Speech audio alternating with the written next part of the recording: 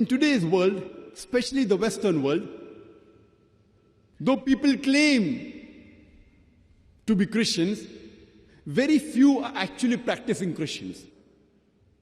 They are more impressed with science and technology, and most of them, practically, they're atheists.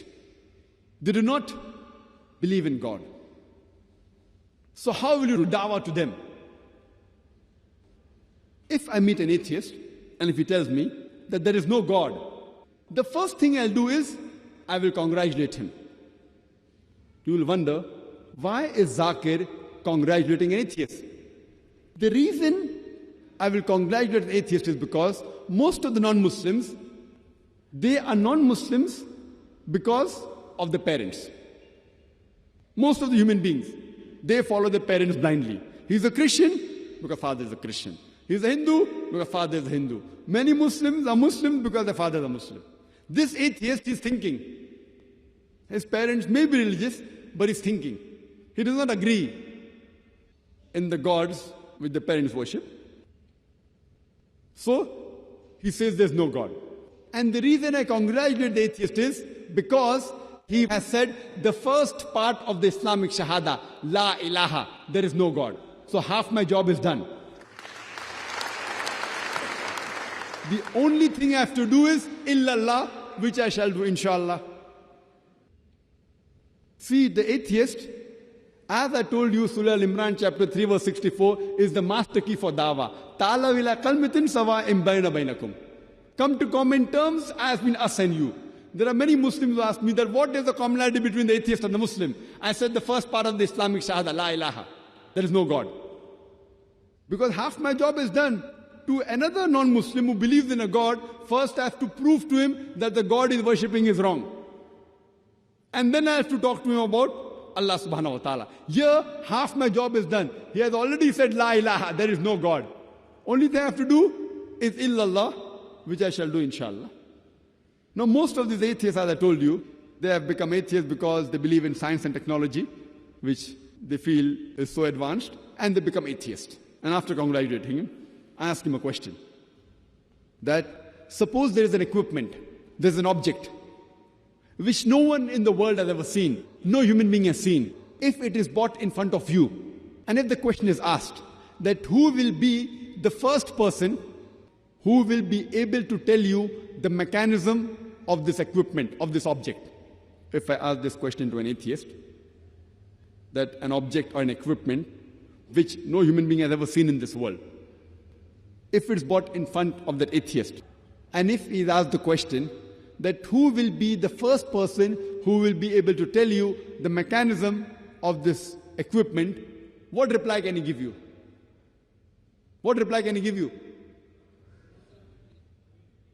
Creator, manufacturer.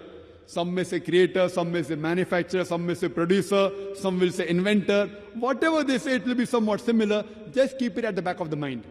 Either the atheist will tell you a creator, a manufacturer, a producer, an inventor. It will be somewhat similar, or maker. Keep it at the back of the mind and continue. Ask him the next question. That how did this universe come into existence? So the atheist will tell you that we have come to know that initially our whole universe was one primary nebula. Later on, there was a secondary separation, a Big Bang, which gave rise to galaxies, the stars, the planets, the sun, and the earth on which we live. This they call as the Big Bang. If you ask the question to the atheist, when did you come to know about this Big Bang? He will tell you, 30 years back, 40 years back, we came to know how the universe came into existence in the Big Bang. You ask him the question. What you're talking about the Big Bang is already mentioned in the Quran 1400 years ago in Surah Anbiya, chapter number 21, verse number 30. Avalam yaral lazina kafaru. Do not the unbelievers see? Anna samawati wal arda kanat ratkan fafataqnahuma. The heavens and the earth were joined together and we clove them asunder. What you're talking about the Big Bang is already mentioned in the Quran 1400 years ago. Who could have mentioned this in the Quran 1400 years ago? The atheist may say, maybe it's a fluke. Don't argue. You have to ask him the next question. That what is the shape of this earth on which we live? So he will tell you that previously the human beings, they believe that the earth was flat. It was in 1577, it's a Francis Drake, he sailed around the earth that he proved that the earth was spherical. We ask him the question, the Quran mentions the spherical shape of the earth 1400 years ago in Surah Naziyat, chapter number 79, verse number 30, where Allah says, Wal ard ba'da zalika dahaha. And thereafter, we have made the earth egg-shaped. The earth we live in is not completely round like a ball. It is geospherical in shape. It is flattened from the poles. And the egg that is referred in the Quran, dahaha, one of its meanings is an expanse. One of the meanings is an egg.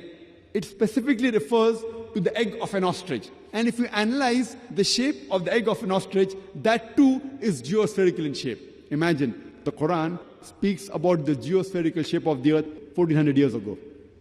You ask the question to the atheist, that who could have mentioned this in the Quran? So he will tell you, oh, maybe your Prophet Muhammad Sallallahu Alaihi Wasallam was an intelligent man. Don't argue, continue. You ask him the next question, that the light of the moon, is it its own light or reflected light? So he will tell you, previously we thought that the light of the moon was its own light. Recently we have come to know that the light of the moon is not its own light, but it is the reflected light of the sun. Yesterday in science meets 40 years back, 50 years back, 100 years back. Quran mentions 1400 years ago in Surah Furqan, chapter number 25, verse number 61, that blessed is he who has made the constellations in the skies and placed therein sun having a light of its own and moon having borrowed light, having reflected light. Who could have mentioned in the Quran 1400 years ago that the light of the moon was not its own light, but it was a reflected light, but it was borrowed light? Again, the atheist may say, maybe your Prophet Muhammad Sallallahu Alaihi Wasallam was a very intelligent person. Don't argue with him. Continue. When I was in school, I passed my school in 1982, I had learned that the sun was stationary. It did not rotate about its own axis. Is that what is mentioned in the Quran? I said, no, this is what I learned in school. I learned in school that the sun was stationary. It did not rotate about its own axis. But the Quran mentions in Surah Anbiya, chapter number 21, verse number 33, Huwa allazi khalaqa al-layla wan-nahara. It is Allah who has created the day and the night. Wash-shamsa wal-qamar, the sun and the moon. Kullun fi falaki yasbahun. Each one traveling in an orbit with its own motion. The Arabic word yasbahun describes the motion of a moving body, and it says that the sun, besides revolving, it even rotates about its own axis. And today science tells us, with the help of an equipment, we can have the image of the sun on the tabletop, and the sun has got black spots, and it takes approximately 25 days for these black spots to complete one rotation, indicating that the sun takes 25 days to complete one rotation. Who could have mentioned this? What I learned in school 23 years back, now the science says it is wrong. And the Quran has mentioned this 1400 years ago. Who could have mentioned this in the Quran? The atheist may give a long pause. Don't wait for the reply. You can keep on continuing. Today, scientists tell us that our universe is expanding. The same message is given in the Quran 1400 years ago. In Surah Dhariyat, chapter number 51, verse number 47, that we have created the vastness of space, the expanding universe. In the field of hydrology, it was Sir Bernard Palissy in 1580 who was the first person who described the present water cycle which we learn in school. Previously, we did not know about the water cycle. The first person was Sir Bernard Palissy in 1580 that he described that the water evaporates from the ocean, forms into clouds, it moves into the interior, it falls down as rain, and the water table is replenished. Now, this water cycle is described in the Quran in great detail in several places. In Surah Zumur, chapter 39, verse 21. In Surah Rum, chapter number 30, verse number 24. In Surah Mu'minun, chapter number 23, verse number 18. In Surah Hijr, chapter number 15, verse 22. In Surah Nur, chapter number 24, verse 43. In Surah Rum, chapter number 30, verse 48. In Surah Ra'd, chapter number 13, verse number 17. In Surah Araf, chapter number 7, verse number 57. In Surah Furqan, chapter number 25, verse 48 to 49. In Surah Fatir, chapter 35, verse number 9. In Surah Qaf, chapter number 50, verse number 9. In 11. In Surah Waqia, chapter 56, verse 68 to 70. In Surah Mulk, chapter 67, verse number 30. In Surah Tariq, chapter number 86, verse number 11. You can keep on giving references only of water cycle mentioned in the Quran 1400 years ago. The Quran speaks about the water cycle in great detail. You can talk for several minutes on each verse, talking about water cycle. Who could have mentioned this in the Quran 1400 years ago? And the atheists would be silent. Keep on. There are several scientific facts mentioned in the Quran. The Quran speaks about geology. Today science tells us that the mountains give stability to the earth. If the mountains were not there, the earth would shake. The Quran says in Surah Naba, chapter number 78, verse number 6 and 7, that we have created the earth as an expanse, wal jibala autada, and the mountains as stakes. Today science tells us that the portion of the mountain we see above the ground is a very small portion. The major portion is deep within the ground. Like how when you put a tent peg in the ground, small portion remains on top, the major portion goes down. And these roots of the mountain, they give stability to the earth. The Quran says in Surah Anbiya, chapter number 21, verse number 31, that we have created the mountain standing firm on the earth, lest it would shake with you. In the field of oceanology, we knew previously that there were two types of water, salt and sweet. But we did not know that why these two waters did not mix. Quran says in Surah Furqan, chapter number 25, verse number 53, that it is Allah who has created two bodies of flowing water, one sweet and the other salty. Though they meet, they do not mix. There is a barrier between them which is forbidden to be trespassed. Today, after science advance, we have come to know that though one type of water flows into the other type of water, it loses its constituents and gets homogenized into the water it flows. This homogenizing area, the Quran refers to as barzakh, an unseen barrier, which science has discovered today, and Quran has mentioned 1400 years ago. In the field of biology, the Quran says in Surah Anbiya, chapter number 21, verse number 30, وَجَعَلْنَا مِنَ الْمَاءِ كُلَّ شَيْءٍ hai. We have created every living thing from water. Who could have believed 1400 years ago that every living creature is made of water? Today science has confirmed that everything is made from water. Quran says in Surah Nur, chapter number 24, verse number 45, we have created every animal from water. Quran says in Surah Furqan, chapter number 25, verse number 54, we have created every human being from water. In the field of botany, Quran says that even the plants have got sexes, male and female. In Surah Taha, chapter number 20, verse 53, which we came to know recently. Quran says that every kind of fruits are created in pairs. In Surah Rod, chapter number 13, verse number 3. In the field of zoology, Quran speaks about the lifestyle of the animals. In Surah Anam, chapter number 6, verse number 38. Quran speaks about the lifestyle of the bees. In Surah Nahl, chapter number 16, verse 68 and 69. Quran speaks about the spider.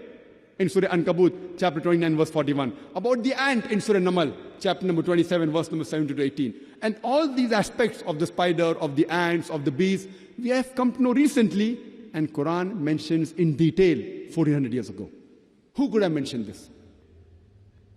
Quran speaks about medicine, that in the honey there is healing for humankind. In Surah Nahl, chapter number 16, verse number 68 to 69. Quran speaks about the production of milk and the circulation of blood. In Surah Nahl, chapter 16, verse 66, and Surah Mu'minun, chapter number 23, verse 21, 1400 years ago, which we have come to know recently. Quran speaks about medicine, about physiology, about embryology. The various stages of the human development is described in detail in Surah Mu'minun, chapter number 23, verse number 12 to 14. Quran speaks about genetics, about the sex responsible for the child. In Surah Najm, chapter number 53, verse number 45. Quran speaks about the fingerprinting method. In Surah Qiyamah, chapter number 75, verse number 3 and 4. After every scientific fact mentioned in the Quran, ask the atheist, who could have mentioned this in the Quran 1400 years ago? And his reply would be, the creator, the manufacturer, the maker, the inventor. This creator, this manufacturer, this maker, this inventor, we Muslims, we call him as Allah. Even to an atheist, we can prove about the existence of Allah subhanahu wa ta'ala with the help of the last and final revelation, the glorious Quran. We are not using science to prove Allah subhanahu wa ta'ala. The science is the yardstick of the atheist. Our yardstick is the Quran. We are using our yardstick and comparing with his yardstick and trying to prove that our yardstick, the glorious Quran, is far superior to your science. So these type of non-Muslims do dawah based on the similarities. If he thinks science is ultimate, we use science and try and get science and the commonalities in the Quran and try to get him closer to Islam. Allah says in the Quran in Surah Nahl, chapter number 16, verse number 125. Udu ila sabili rabbika bil hikmah wal mawzat al hasana wajadil billati hasan. Invite all to the way of thy Lord with wisdom and beautiful preaching, and argue with them and reason with them in the ways that are best, most gracious.